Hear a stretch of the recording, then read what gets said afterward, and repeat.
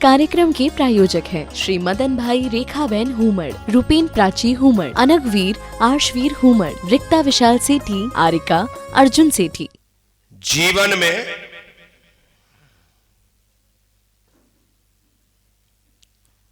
ज्यादातर लोग पछताते हैं, अरे यार चूक गया, अरे यार रह गया, अरे यार उस समय कर लेता तो आज क्या से क्या हो जाता।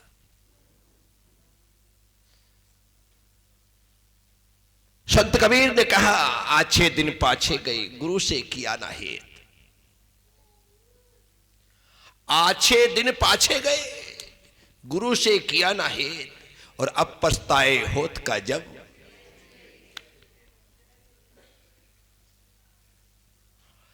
समय गुजरने के बाद पछताना तो जो समय है उसे भी गुजारना है।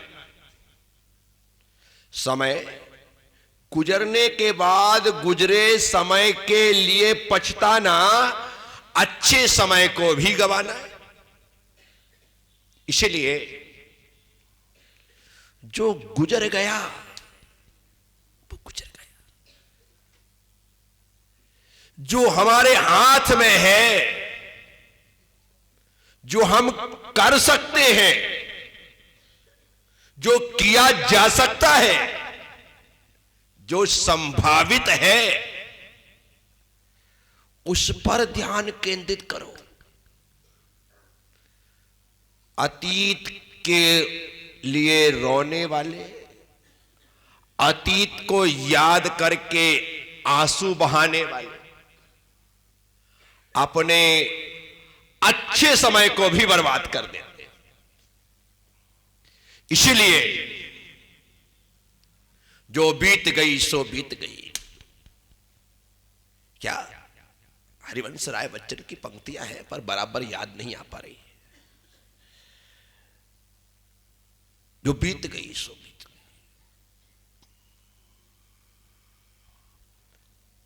जो बीत गया गया, उन पर रोने की, उन पर आंसू बहाने की कोई आवश्यकता, कोई जरूरत नहीं। उन्होंने लिखा है सिर्फ गीत में, पंक्तियों में, कि जब अंबर से तारे टूट जाते हैं तो टूटे तारों पर अंबर कब शोक मनाता है। उन्होंने लिखा है कि तारे जब टूट गए, गिर गए, तो उन गिरते हुए टूटे हुए तारों के लिए अंबर कब शोक मनाता है। लेकिन हम हैं कि सिर्फ अतीत को याद कर करके अपने वर्तमान को अतीत किए जा रहे हैं, व्यतीत किए जा रहे हैं। पूरी जिंदगी निकल जाती है ना, यह सोचते सोचते कि अच्छे दिन कब आएंगे। जब बुढ़ापे में हम पहुंचते हैं और दिन नहीं बचते और हम अतीत को देखते हैं, तो फिर लगता अच्छे दिन तो वही थे। कितने सारे लोग कहते हैं बचपना कितना अच्छा था।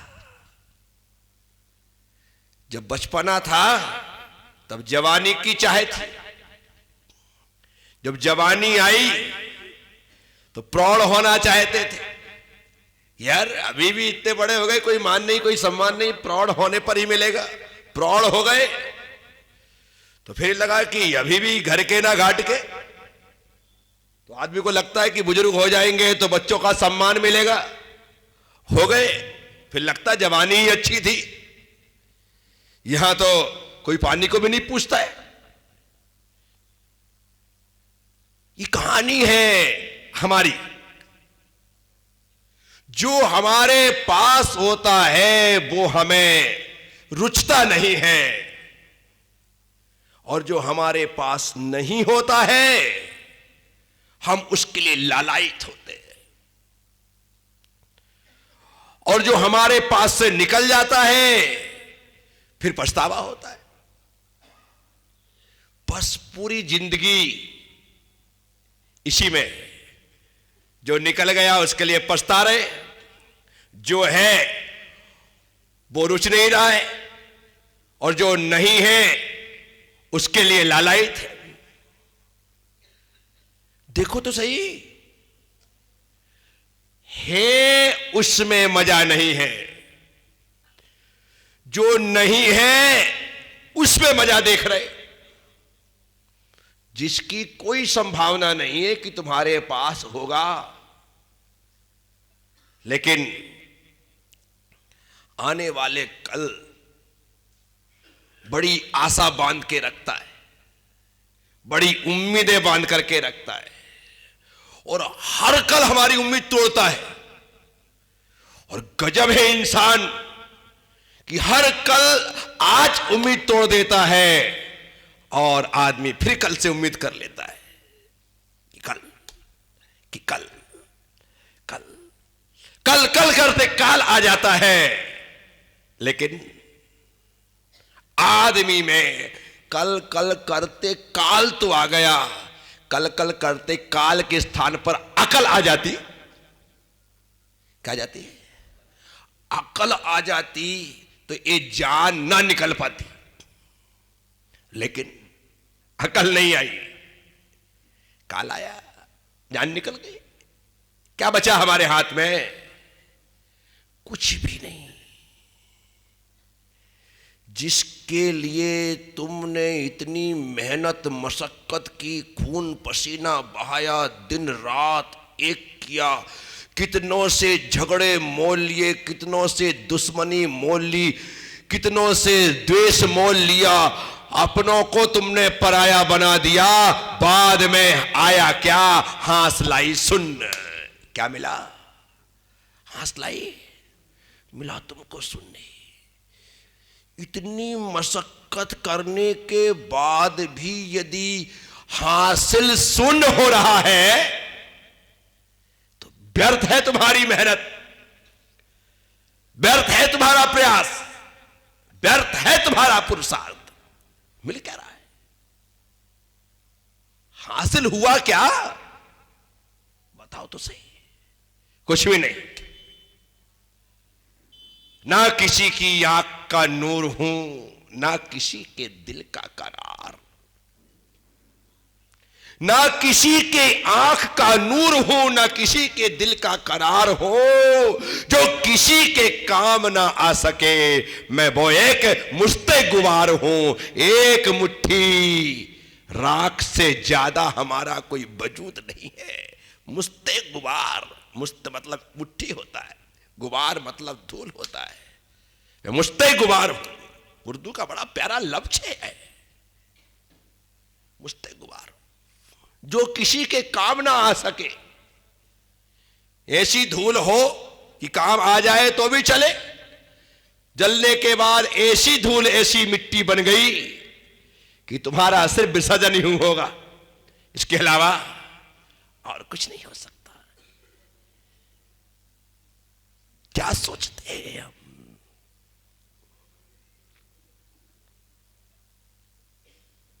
क्या सोच रहे हैं हम?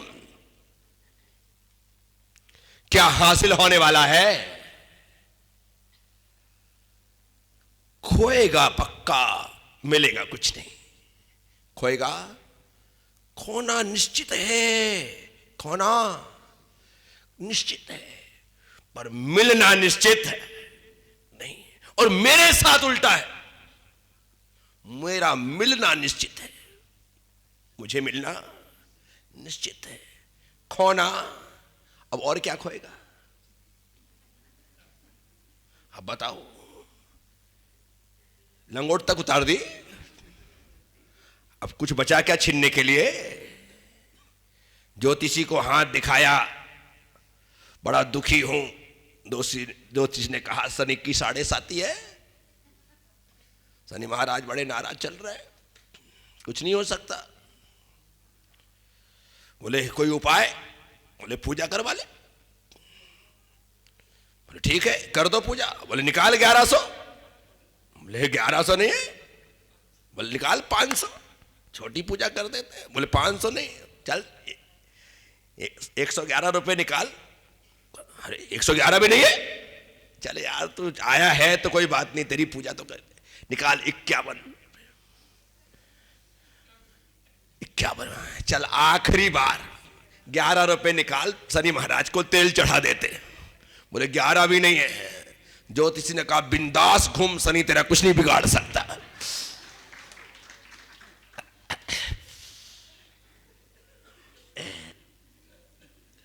बिंदास घूम, शनि तेरा अब क्या बिगाड़ेगा। जिसके पास 11 रुपए जेब में नहीं है तेल चढ़ाने को, उसका क्या बिगाड़ेगा शनि। अब हमारा क्या बिगाड़े शनि महाराज। तुम्हारे पास से तो लूटने के लिए उसके पास बहुत कुछ है, अपने पास कुछ भी नहीं है। अपन ने अपने मन से ही खोल दी। बचपने में एक हरकत हर व्यक्ति करता है, चड्डी खींचने की। क्या ये हरकत सबने की है यार। ये कोई व्यक्ति नहीं कह सकता मैंने नहीं किया। कोई दूध का दूल्हा नहीं बैठा यहां पर। हर व्यक्ति की आदत होती है कि अपने दोस्त यारों के साथ रहेगा, आगे से पीछे से, और उसके बाद उठा पटक भी हो जाए, मारपीट में कोई बात नहीं, लेकिन खींचेगा जरूर। बोलो अशोक तुमने कितनी बार उतारी है, और तुम्हारी कितनी बार, सॉरी क्या ये है। तो शनि महाराज मेरी चड्डी खींचते। तुम्हारे जैसे घर में रहता तो पक्का खींचते, क्योंकि जीवन में 27 साल में घूम घाम करके शनि राशि में आकर के 7.5 बन करके बैठ जाते हैं महाराज। क्या करोगे। अपनी राशि में आने के 2.5 साल पहले से परेशान करना प्रारंभ कर देते हैं। अपनी राशि में आकर के 2.5 साल परेशान करेंगे, और उसके बाद दूसरी राशि में जाएंगे तो भी 2.5 साल तक असर दिखाएंगे। सिर्फ शनि महाराज का काम ऐसा है कि आगे पीछे 2.5 साल रहते हैं, लेकिन तकलीफ अपनी राशि, बीच वाली राशि वाले को दे रहे। अर्थात मेरी कन्या राशि है। कौन सी राशि है। कन्या राशि है। प्रज्ञा के हिसाब से यदि वो सिंह में राशि में शनि आ गया तो मेरा 7.5 चालू, और तुला राशि को पार करके जब तक वृश्चिक में नहीं जाएगा तब तक शनि महाराज अपने को तकलीफ देंगे। आसपास में बैठ करके भी तकलीफ प्रज्ञा सागर को मिल रही, क्या फायदा है। ये 7.5 है। 2.5 साल रहते हैं। कितने रहते हैं। 2.5 साल। मैं आप सबसे कहता हूं, इसलिए यहां कुछ नहीं बिगाड़ सकता। यहां कुछ नहीं। क्या बिगाड़े बताओ तो सही।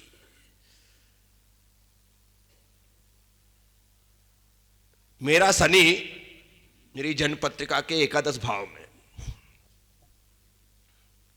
11वें भाव में। अब 11वें भाव में शनि आ जाए तो दशा ऐसी होती है जैसी में हुई, मेरी हुई।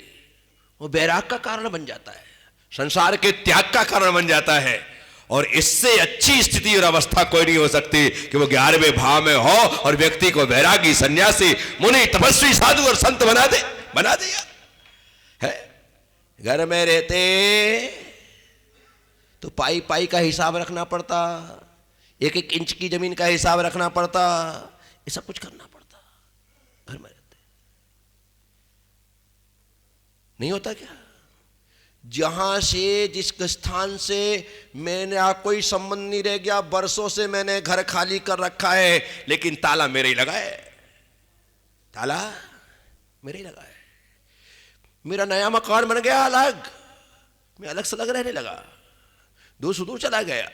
झालावाड़े मकान बन गया, कोटा मकान बन गया, मेरे बच्चे बाहर रहने लगे, सब बाहर हैं। लेकिन झालरा पाटन में जो मेरा पैतृक मकान था, जिसमें मैं पहले रहता था, मेरा भाई भले ऐसा रहे लेकिन मेरे कमरे में ताला खोल करके नहीं देगा कि बेटा रे मैं तो वहां चला गया हूं, अब तू इत्मीनान से रहे, मुझे क्या काम है, आना भी नहीं है। नहीं, वो मेरा तेरा नहीं होंगे। हर शहर, हर नगर में होते हैं ऐसे, जहां 2 भाई, 4 भाई, 5 भाई है, और वहां बंटवारा हो जाए पिता के द्वारा। पिता ने कहा बेटा तू ऊपर, तू नीचे, ये मैं चला और बाप चला जाता है। उसके बाद एक भाई के पास पैसा आता है, वो बाहर जा कर के अपना मकान बनाता है, लेकिन नीचे के या ऊपर के कमरे के ताले बंद रख के चाबी, क्योंकि वो मेरा है, छूटता नहीं है, देना ही पड़ता है, दे दे। यदि भाई देने की इच्छा भी करे,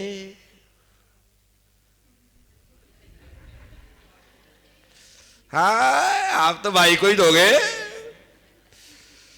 मेरे भाई के लिए तो आपसे कुछ होता नहीं है। अरे बाप रे, मेरी बहन जैसा है वैसे ही रहेगा, ये सच्चाई है ये, लेकिन इससे उबरना पड़ेगा, बहुत ऊपर उठने की जरूरत है।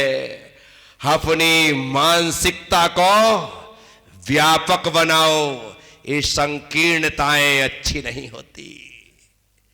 तो आज इस अवस्था में हूं, घर में होने पर पाई पाई का हिसाब होता है, एक एक फुट जमीन का हिसाब किताब होता है, ये तेरा है, ये मेरा है, नहीं है तो चल आजा, कोर्ट चलते हैं, कचहरी चलते हैं, सब कुछ कर लेते हैं। लेकिन इस रास्ते पे आने के बाद मेरा तेरा खत्म हो गया, इसलिए जो मेरा नहीं है वो भी मेरे चरणों में आकर के समर्पित हो जाता है, यहां पर चढ़ा दिया जाता है। इतना फर्क पड़ता है।